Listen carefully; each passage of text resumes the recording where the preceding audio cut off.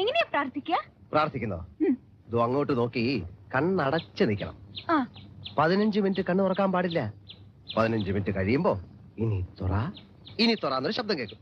അപ്പൊ കണ്ണ് തുറക്കണം. അപ്പൊ ആകാശത്ത് ഒരു ജ്യോതി ഇങ്ങനെ പൊങ്ങി വരും. എനിക്കറിയാം ജ്യോതിയെ, സ്കൂളിൽ എന്റെ കൂടെ പഠിച്ചതാ. അത് സ്കൂളിൽ പഠിച്ച ജ്യോതി. ഇത് ആകാശത്ത് പൊങ്ങി വരുന്ന ജ്യോതി. ഈ ശബരിമലയിൽ മകരജ്യോതി എന്നൊക്കെ കേട്ടിട്ടില്ലേ? തീ തീ തീ. അത്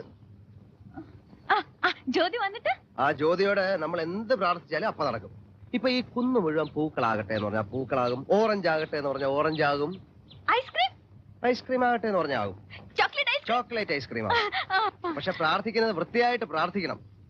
ഇത് അങ്ങോട്ട് നോക്കിയിരിക്കണം. കണ്ണെടുക്കരുത്. ജ്യോതിയെ കാണുമ്പോ പേടിക്കാതെ ആവശ്യമുള്ള കാര്യം പറയണം. കാശിന്റെ കാര്യം പറയുമ്പോ എന്റെ കൂടെ ചേർത്ത് പറയണം. കണ ഗുണാന്ന് പറയരുത്. മനസ്സിലായോ? അങ്ങോട്ട് നോക്കിക്ക്. ആ കോടയെ മടിയൊക്കെ എടുത്ത് മാറ്റ്. കണ്ണടച്ചോ? തുറക്കരുത്.